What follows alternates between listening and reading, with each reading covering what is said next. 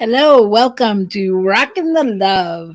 I'm Robyn. And I'm Gil, and we're here today and happy to be with you on this fine Wednesday. How we all doing? Good. Have them tell us about it.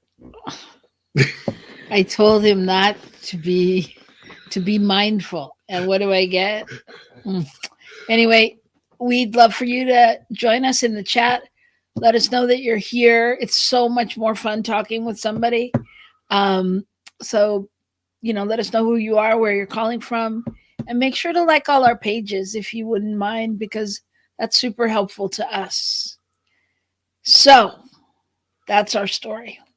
So today we are talking about love of the ancestors. We thought going towards Day of the Dead and Halloween and all those things that would be a good topic. It's a good topic for today. We're in the last stretch of October, and there's this idea of we have the All Hallows Eve and the whole Halloween thing, and then we have this whole idea of the veil being thinner between the those who have crossed over and those that are still here, and just thought we'd explore some of that and talk a little bit about it. That sounds good. Yeah. But first, how has your week been? My week has been good. It's been good. I got to come to Oakland and spend it with family, and that's been really good. And I've also been able to do a lot of the other things I needed to do. I went out I went out yesterday and went on a 25-mile bike ride. Nice with Christopher. It was on an electric bike, I have to admit. However, let me tell you, I worked hard to keep that thing going. Doesn't matter. 25 miles is 25 miles. Yeah, it's about twice what I normally do on my regular bike. That's great. Yeah. So we covered a lot of ground in not too long, and it was fun. Went some places I haven't been, so it was really fun. Got to explore some of the Oakland Hills. I actually went to the original tunnel through to Lafayette. It's not there anymore, but I went to the place where it is. Ooh. Isn't that exciting? Yeah, who knew? You boys get excited about the weirdest things. I read the plaque and everything. Oh, good. Do you have a picture of it? No, I forgot to take a picture. Okay. All right. Well, that's good. That's fun. And what else did we do yesterday? Oh, we went out to dinner. We went out to dinner. That was nice. Mm-hmm. Out to dinner. Had a nice time.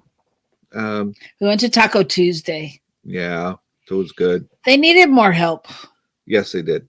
And I asked the waiter, and he told me that nobody's applying for jobs. That they have ads everywhere for servers, dishwashers, managers, everything. Really? And nobody's applying for jobs these days. Wow. I don't know. Where's everybody getting money from? I don't know. I want some. Maybe you need to apply.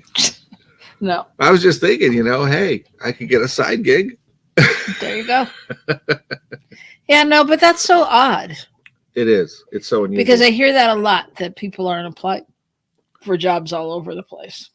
Well, things have changed radically since since COVID. Yeah. And I think people have a different value on what their personal values, their values and their own personal value is.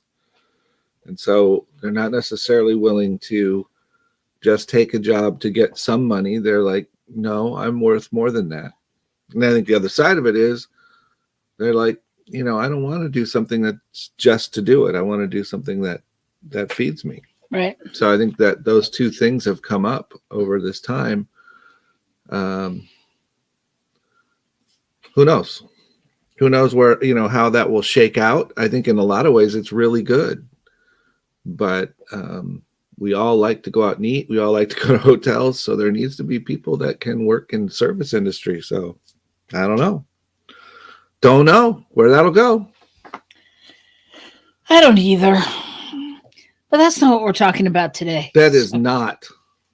Did you do anything this week in relationship to Reverend Sherry's topic? And gratitude? Gratitude, joy, gratitude. I did. I ended up using that as the basis for a talk on Sunday because I realized how important gratitude is. Oh my God. That was the perfect opportunity, though, for you to say, yes, I had so much gratitude and joy being home with you and the family. Oops. I did though. I did. That was part of why I could do the talk around that too.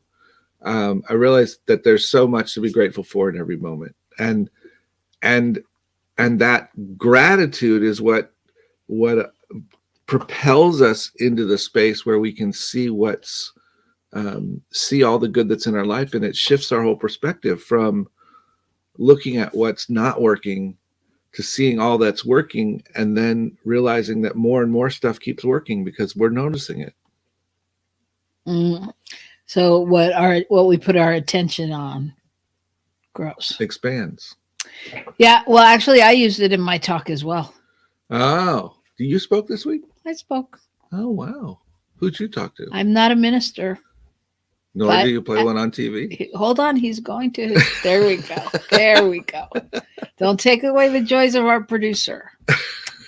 I did speak though. It was super fun, and I felt um, between Reverend Sherry and I had a class on Thursday where Michael Beckwith came to talk to the practitioner class, and listening to him, I felt very steeped in gratitude. I listened in on that. It was really nice to be able to sit with him in his teaching mode and just be with that. Yeah. That's something that when you're not there doing any classes or doing that kind of stuff, I miss. Yeah. Yeah. For any of you that know Michael Beckwith, Dr. Michael Beckwith as a minister, he has a minister persona, but we grew up at Agape and we've taken classes there, and it was such a joy when he would come in to teach because he just goes into the zone. There's no, it's channeled through him, and it's amazing. He's an amazing teacher. Yeah. So yeah. Yeah, it was really brought me back. And then that's part of the other thing that really pushed me on the gratitude thing was being reminded from some of the stuff he talked about. Right. So yeah. Look who's here. Who's here? Reverend Sherry. Reverend Sherry. Hi. Thanks for coming. Wow. Well, we're glad to have you. We're just promoting all the joys of having had you last week. Yep. So thanks for being here and checking in. Yeah. And if anyone else out there wants to say anything that came up this week regarding Sherry's teaching, I know I had someone just talk to me about last week and they really enjoyed it and they were going to share it with friends. So good work, Sherry. Thank you so much for coming. So I think it's time for the good news. The good news. And here's the good news. Woohoo! There it is. Sherry Lynn has fallen in love with us. That is good news. What could be better than that? Yay. All right. Thank you so much. Ditto. And speaking of falling in love, for any of you who watched in your earlier years The Princess Bride and the great story of that, Ivan Carey Elwes, who played Wesley, is having his 60th birthday. and I read that and I thought, wow. And then I thought, well, that's great. You know what? Because that's where I am too. And how interesting, this life is, where we get to do some things and they're really big, and then and then we go on with our life, and how sometimes we go on with our life and we get to do something big later. We get to do things at different times. And it just made me feel good about the whole thing. And besides, that movie was so much fun. I remember watching it out on the lawn of Presbyterian Church in Yuba City one night with the youth group. Like, I don't know, how long ago was that? 30 years? Woo! I don't know. I wasn't ever as into that movie as everybody else. Well, the kids liked it. Well, 'Cause it but was I funny. had someone quote it to me the other day Yeah. because they saw me and they were like, "Hey, lady," and which they couldn't figure out what movie it was from, and then they came back the next day and told me it was from Princess Bride. So I don't know. That I mean, it's classic. It's iconic. It comes up all the time. It does. It does. So that was 1987. So when I saw it in Yuba City, it was actually already a few years old. Because it would have been 93, something like that. nice, 92. nice. So that's your good news. That's one of my good news. Is my real good news, though, comes out of Salt Lake City, where they have just approved that the city will lease 8 acres and they are going to build 430 tiny homes on it for their homeless population. And it's really interesting because this has come out of a whole process with people who are from those populations, who are formerly incarcerated, who are formerly homeless, who are, et cetera, working together to come up with how do we serve this community. And the whole idea is to create safe places for people to be and offer services so that they can move from that point forward. And it just, it's 13 point some million dollars, but it points out the fact that we can do something about homeless. And it's not, it'll cost us some now, and it will generate so much more in the long run because you'll have people who are happier, healthier, able to work, able to support themselves, support the economy, all the different stuff that we talk about in our culture. But it takes on the front end. It makes me think of how we treat youth in churches sometimes. We forget that we can't look at it like, how is it helping us now? It's how is it going in the long run to serve both us and them? Because that's what it's about. You can't look at it and go, okay, if we do this program for a year, what's going to happen? Right. What's going to happen? Not much. I mean, ultimately it's going to be nice, but that's about it. Yeah. It's about forward thinking. Yeah. Forward thinking. So that's my good news. People are forward thinking in Utah. All right. You go figure. That's good. It is good. It's good everywhere. So my good news is in Maryland, there was there was a multi-car crash collision thing, and one of the people who was in one of the cars was a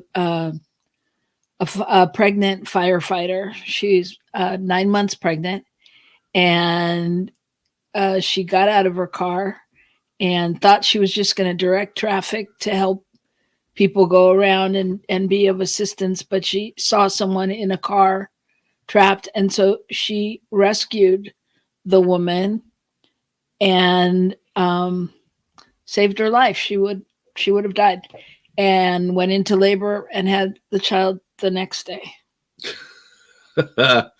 And they're all very healthy and happy, and she said she doesn't know how she got through it because she knew her pain and her cramps were so bad, but she knew she had to do it.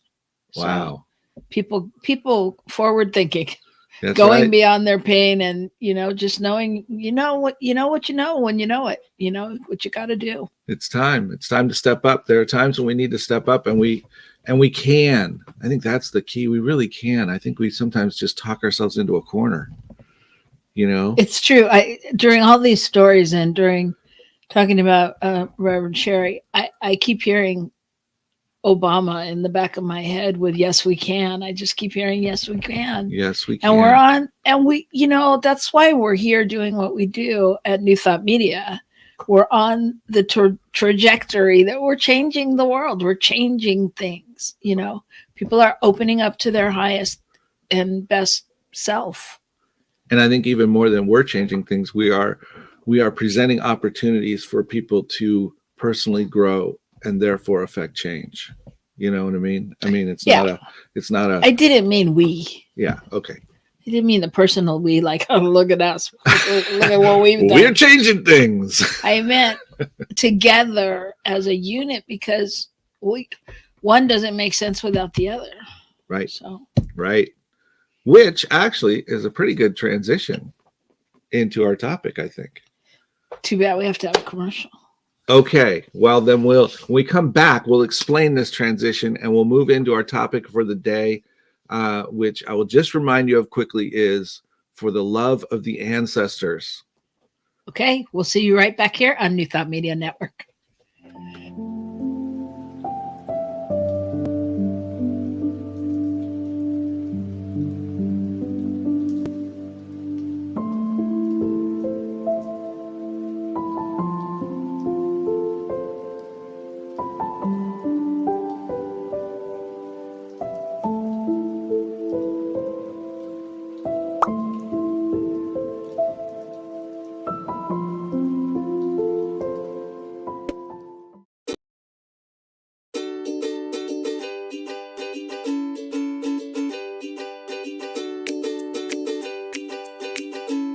Thank you, Center for Spiritual Living Denver, for your continued support.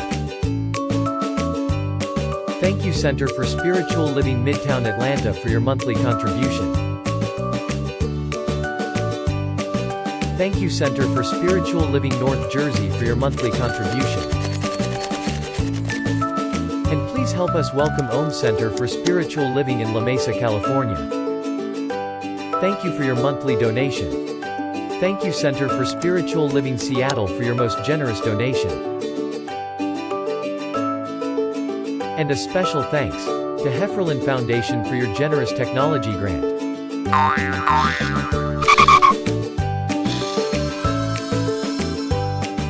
And Suze Ajit, thank you for your very generous donation.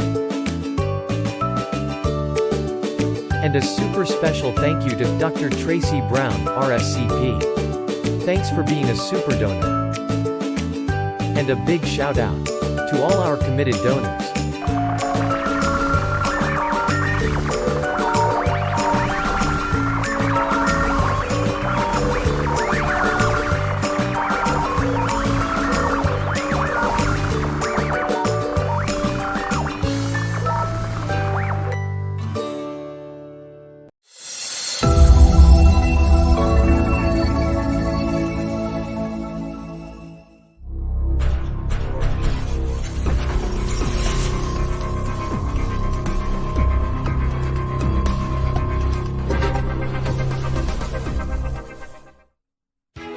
New Thought Radio, music from all your favorite New Thought artists.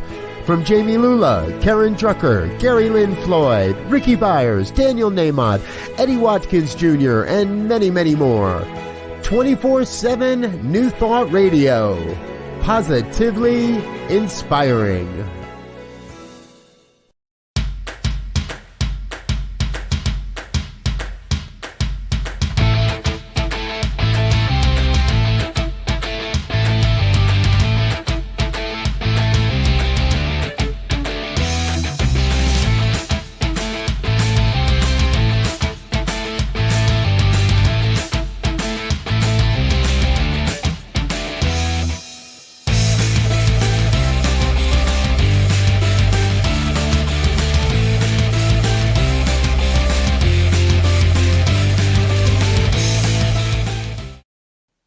And we're back.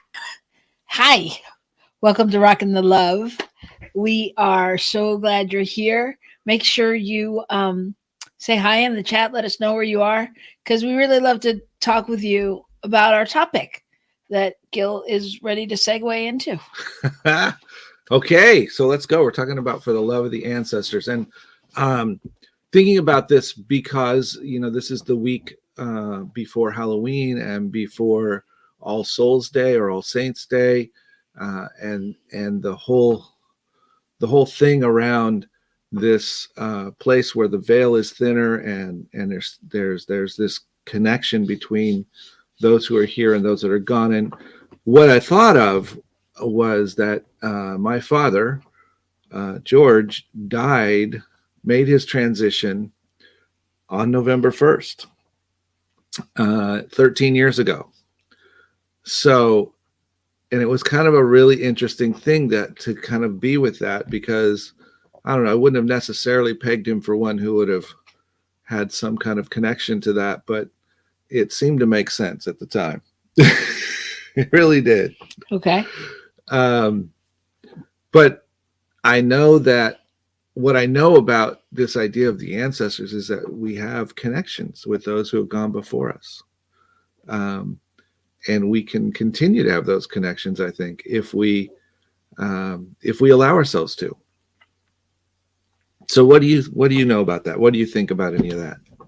Well, even if I'm a little confused. Oh, good. I'm a little confused, but because how can we not have connection with them? Okay.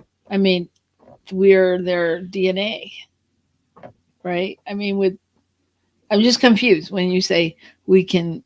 Do you say we can choose? I think, yeah, okay.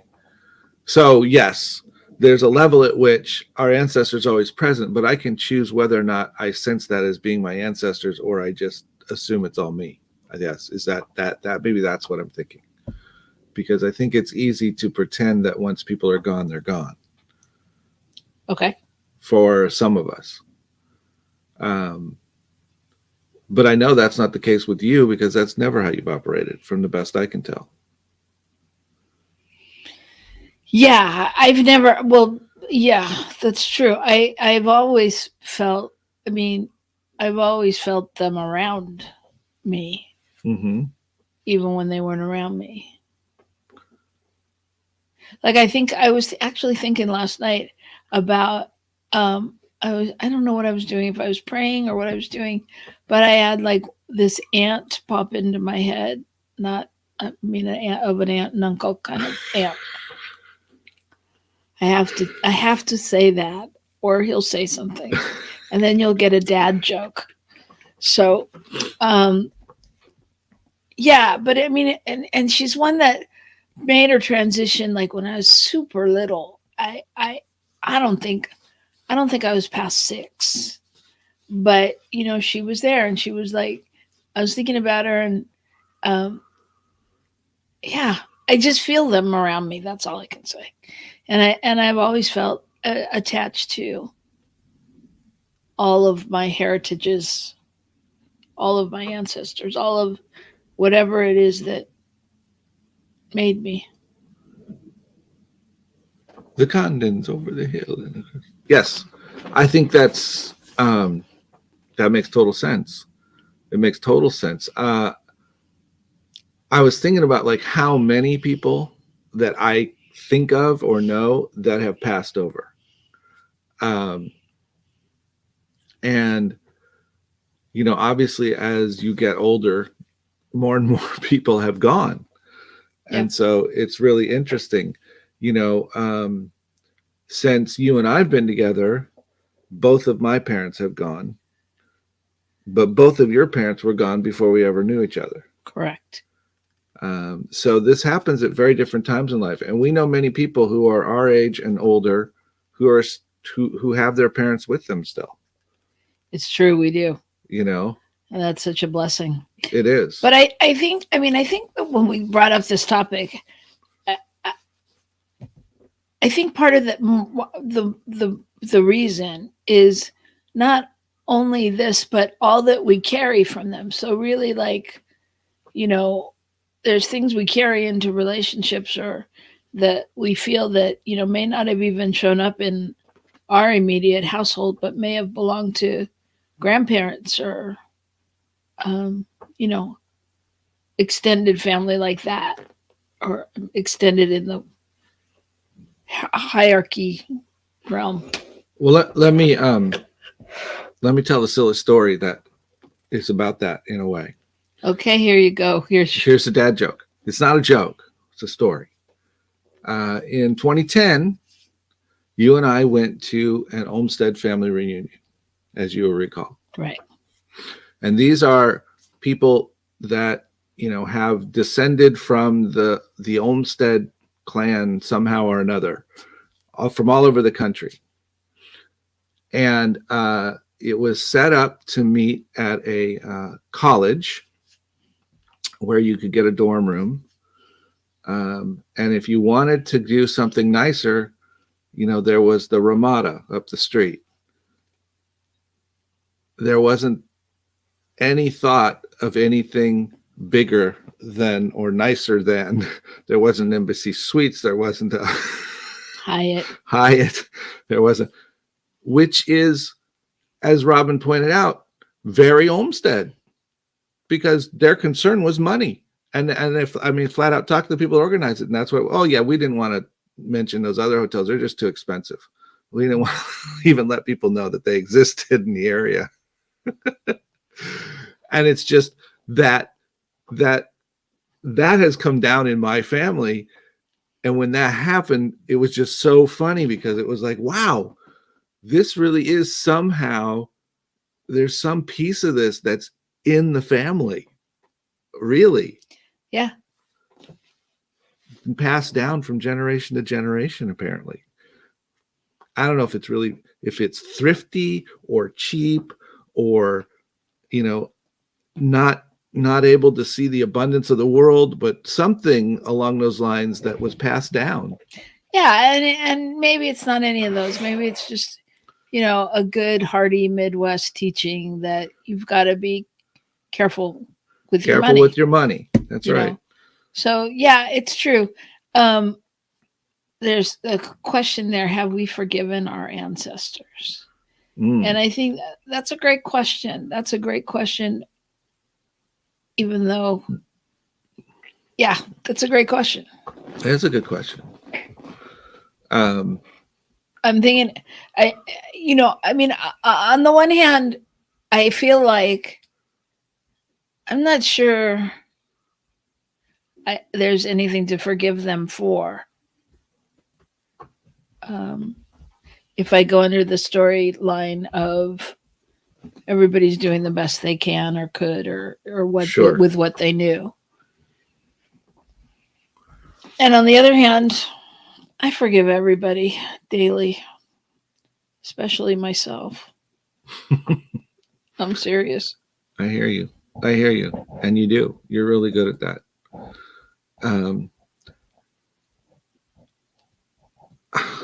I was thinking about some of the work that I've done when 25 years ago, when I was the minister of a little church, Methodist church, and we literally went through some of the old stuff to just release anything, and those were the ancestors of that particular congregation, to forgive and let go of whatever was in there that might be holding us back, and I think that's an interesting concept, which we all have the opportunity to do, because if we're hanging on to anger around a person or a group of people who've passed over, how are we going to take care of that if we don't intentionally take care of it on our own? Because it's not just going to magically disappear. I think that's fascinating. I think that's a fascinating concept. I mean, can you imagine really if we worked with the quote unquote ancestors of our churches, our centers, my God, can you imagine what energetic is holding on at East Bay or Oakland Center, or, right. Any number of other ones. Sure. And Sherry says, I feel they have gotten us to where we are now. What a blessing. We are all on a journey to express God more. I'd say that's a good thing. Yes. And so a lot of it is about learning from our ancestors. And that means that we have to be willing to sometimes be not critical in the sense of being critical, but doing critical analysis of what was good here, where could these people have done something different? And that being said, how am I living out that difference, that newness, rather than living into what may have been set out there before me? And I think that's really true in the case of corporate community ancestry, if you will. It's the same kind of thing, you know. Are we tending to repeat what's gone on before because we just keep kind of plugging ahead instead of really looking at, you know, wow, that didn't work as well. And we don't have to be mad at people, but here's a couple decisions that really weren't that good, or weren't based in principle, or weren't, you know, whatever the thing is. Doesn't that make sense? Sherry says, yes, learning. Learning, learning, learning, learning. It's all about learning. Well, and then, I mean, I think it's interesting because there's things we'll never know or be able to trace back to who and where and why. And what came up for me when you were talking about that is, you know, I was thinking about how, you know, it's passed down through the ages. And what came up was, every time I hear one of our kids talk about racism or racist, or, you know, they say ridiculous things that they don't understand. Like one of our godchildren will say, oh, you're just saying that because I'm black. And like every time they say that, it's so painful for me. It's so painful. And I know that I can't really explain to them, or I don't know how to explain to them really the power of their words and the pain of their words. And it's just so personal.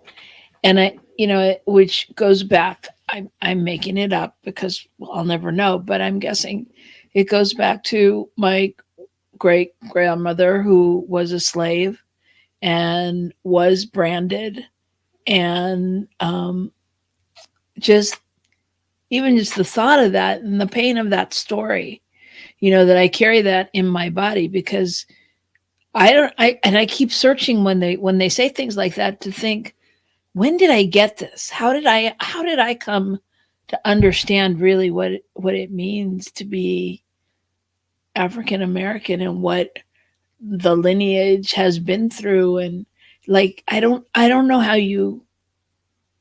I don't know, because it was just embodied. I mean, I just was it.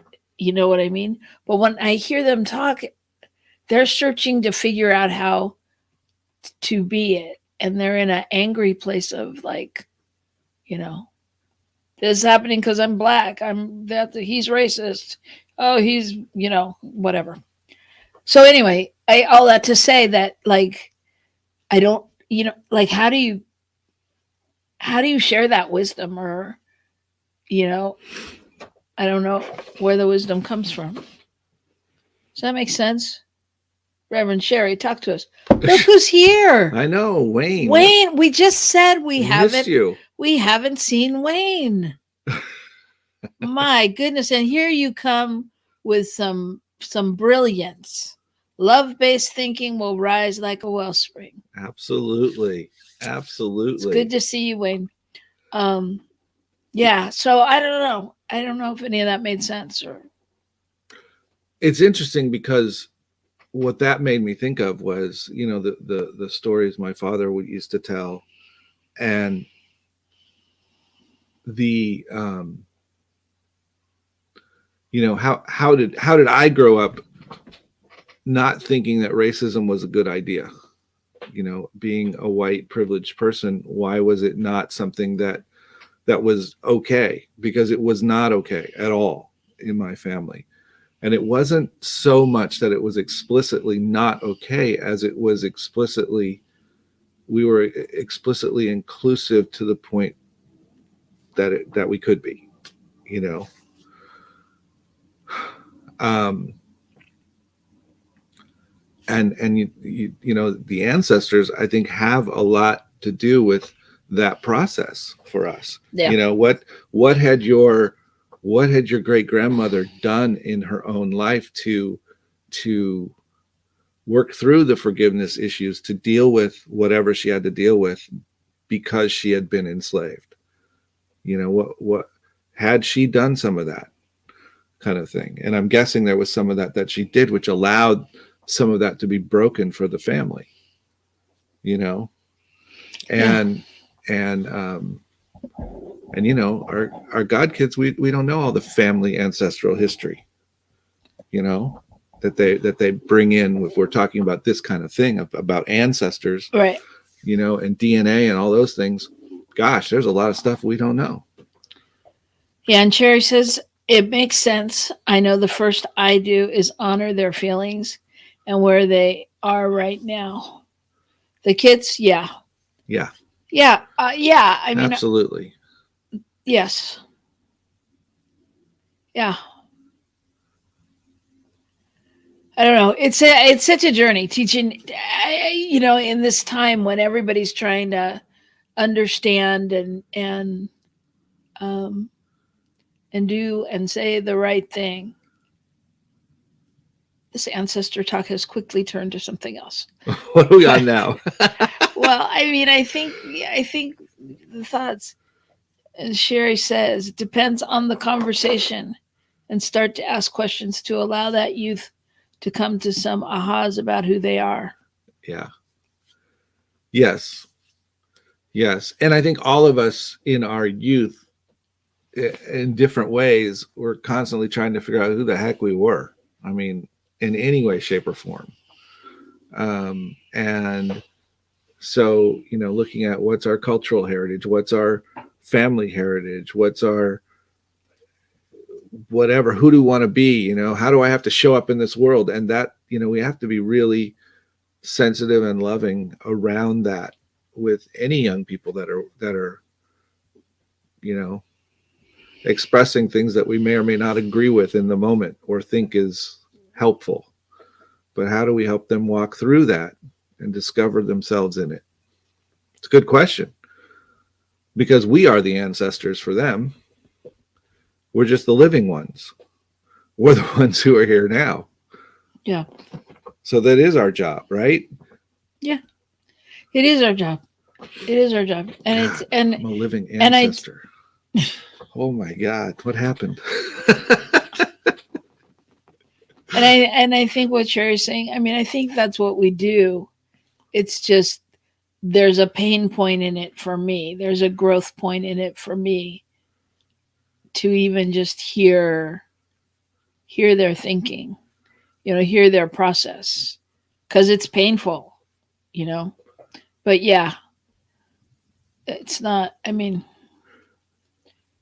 in theory, I have the tools to at least override that a little bit. So, yeah. Yeah. No, it's just an interesting thought. So what other questions you got over there? Well, one of the things I was thinking about was how do you communicate with ancestors? Do you communicate with your ancestors?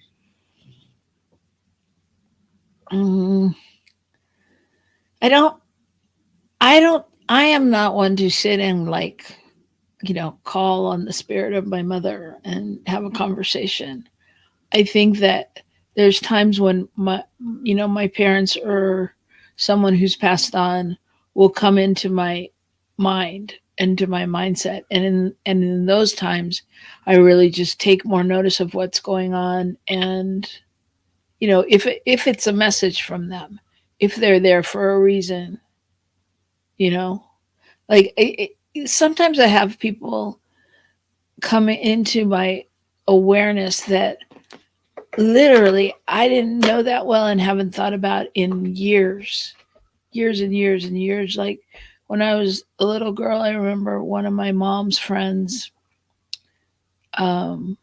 committed suicide. Mm.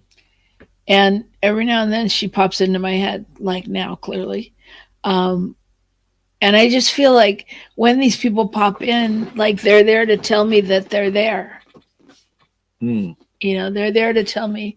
It's kind of like, you know, if you believe that they become angels, or I do feel like when people pass on, they're on your team. They become your angels or your guides or something that stays with you. It doesn't go away. And so sometimes I feel like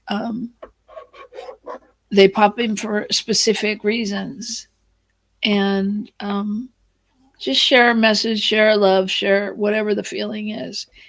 And, you know, there's that story that if you want help, you have to ask. And so, you know, sometimes I ask and I think some of them show up. Sherry says, "Oh wow, yes, I get still and listen. It comes through in my feelings. When I talk with my sister, I wait to see how things unfold. I know there's a message that will be revealed. I know she is here with me, so I talk to her and wait." Yeah. Thank you. Yeah, thank you. Because that's interesting that you said that, because I wasn't thinking about my sister. My sister I have conversations with. I wasn't. Which I was one? thinking about Sess? Yeah. I was thinking about grandparents and, you know, parents and things. But no, my sister I have conversations with. And she is loud. Well, she was loud too. Well, she's opinionated. Yes, indeed.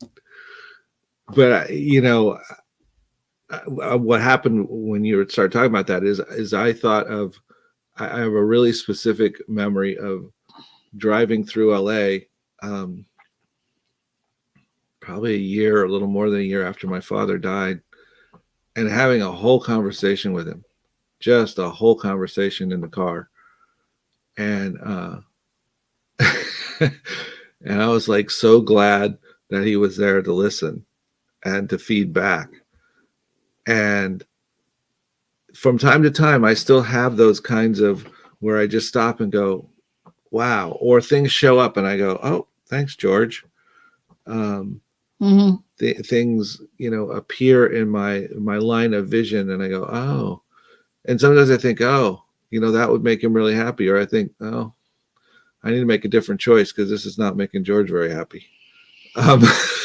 Yeah. Right. Yeah. So there's an awareness. Yeah. But to your question, is it an active way you stay connected? Yeah. Is it, do we stay like actively in connection? And I think in some level we do. It's a matter of how we engage with it, right? I think they're there and available to us, but it's about how do we engage? How do we listen? Do we ask questions? Do we wait to see what might come forth if we speak? So we say, "Hey, this is what's going on. What do I do? What do you think is next?" Right. Right. Well, I think I think that's one of the ways we're supported by them. Right. Right. I mean, even if we don't ask, there's times when they pop in and you go, oh, okay. And you're just reminded of something they've said or something they've done, or the fact that you thought of them makes your view switch, or your or comforts you, or gives you courage, or, you know, for me, different kinds of things like that. There are times when like somebody will show up in my mind, you know, during something going on, and I will say or think, you know, are you here for a reason? Are you coming for a reason to tell me something? Or are you just dropping by? Yeah. Well, you know, I mean, I still go through the whole part like, am I making this up? You know, is this really, divinely guided? You know, I mean, it's interesting, right? So Sherry says, oops. Anytime I am doing something outside of my comfort zone, I talk with her as if she is here and ask for support. I ask her to speak through me. Let her peaceful presence move through me. That's so beautiful. Yeah. That's so beautiful. It really is, because it not only speaks, I mean, it just speaks volumes about the love and the connection that, you know, we have and hold, and really how that cord can't be broken. Wow. Hi, Linda. Good to see you. Linda shares, hi, I did a shamanic journey to the ancestors this week. My mom and paternal grandmother showed up to apologize to me for passing along certain challenging ways of being, explaining that from their perspective now, those behaviors were not helpful. They encouraged me to let those patterns go, patterns that came from both sides of my family. Wow. Wow.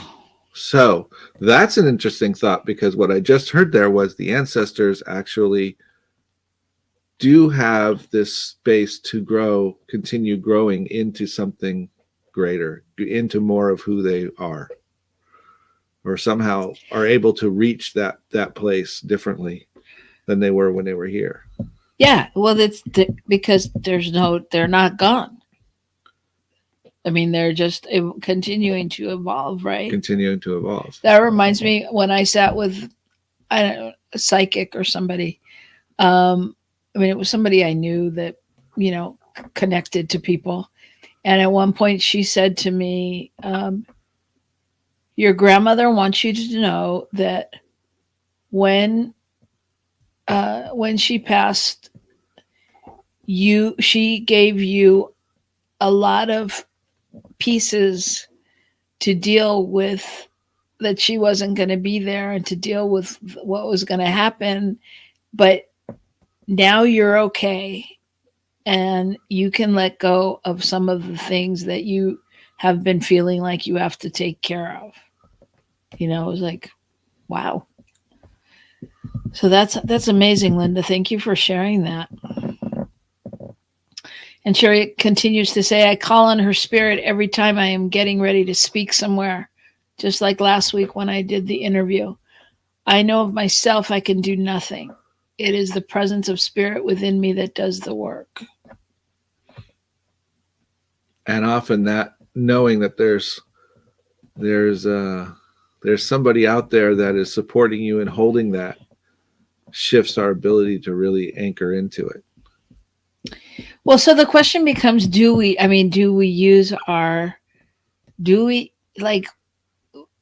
seems like this would be a great benefit to continue to use our ancestors and our family, to continue to lean into them, and to continue, to carry on in that manner, and allow their voices to still speak through us.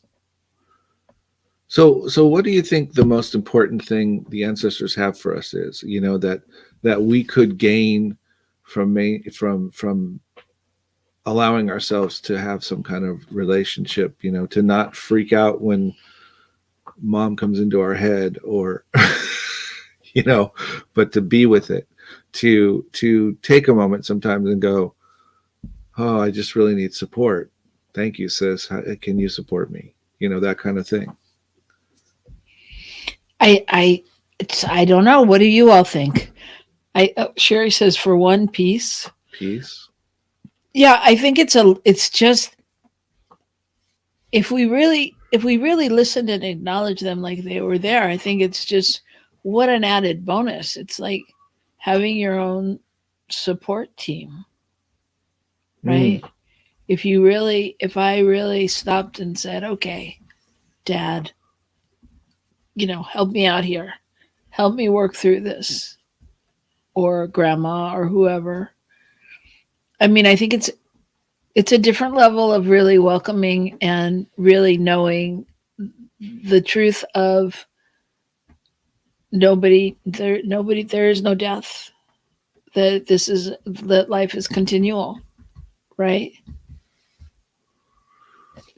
Yeah. What I'm thinking about is that idea of, we are the ancestors, that there are those who have come into my life very close to their passing over, and they have spoken specific things into my life. And that's another aspect, I think, of the whole ancestor connection thing. And I was specifically thinking of Chuck Turner, who who was the brilliance behind Banter, Bay Area New Thought Evolving and Rising, pulled a bunch of us together from all different places and said, how do we coordinate as the New Thought, the big giant New Thought banner of the area? And it evolved through visioning and all this. And I remember, we became very good friends and worked very much together. And he instilled a lot of confidence and a lot of, there was just a presence. And when he made his transition, I just really felt his presence continue in many ways. Yeah. And in fact, one of the hardest things was that it recently had to go, this people aren't engaging with this, and reached out, and everybody was like, yes, we hear you, and we're not. And it was time to let it go. And that was really hard because I had to work through my thought of letting Chuck down. And so anyway, kind of interesting. It is interesting. I'm guided by voices. He's guided by voices. My imaginary friends think I'm special. Thank you, Wayne. That's funny. That's good. And what Sherry said was, it took me a while to not want to run when I would hear a voice.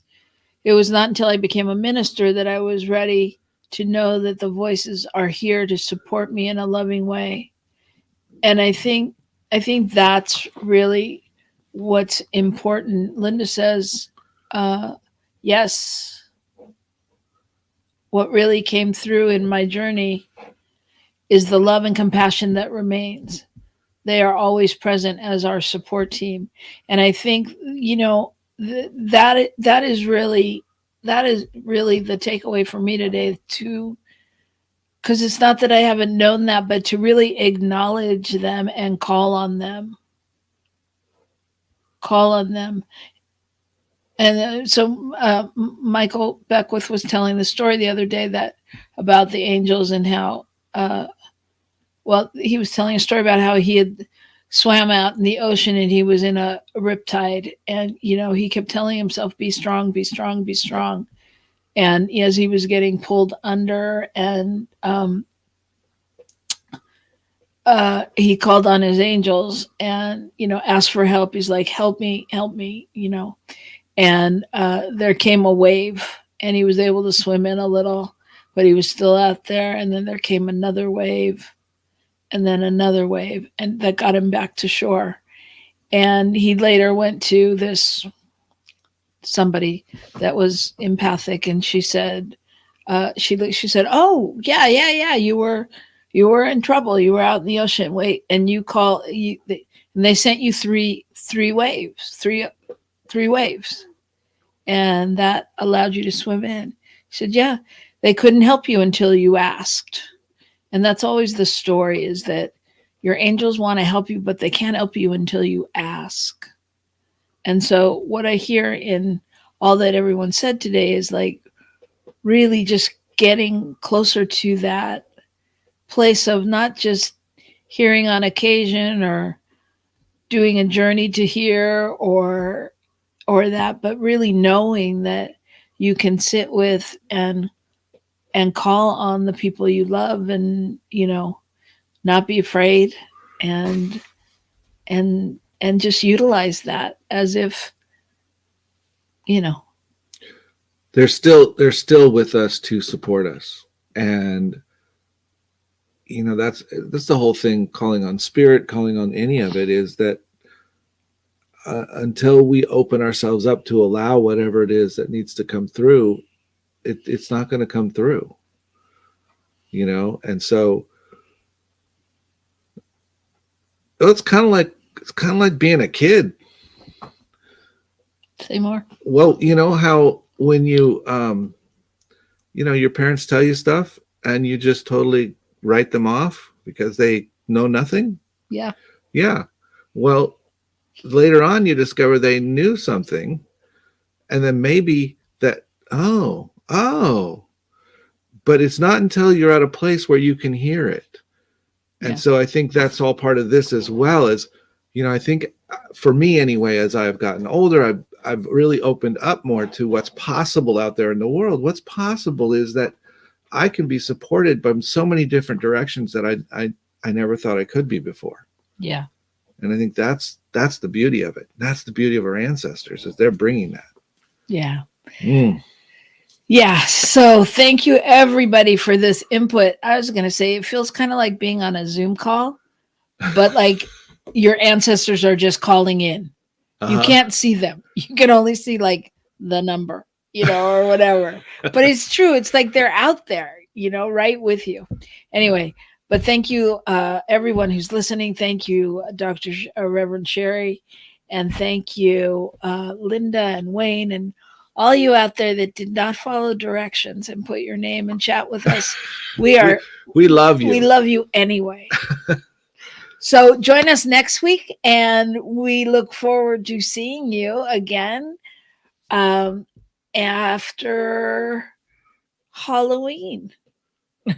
All Hallows Eve. All Hallows Eve. Oh, look, Karen. Hi, Karen. Good to see you. Wow. All right. So you know what to do. Stay out there and keep on rocking the love, everybody. We look forward to seeing you next week.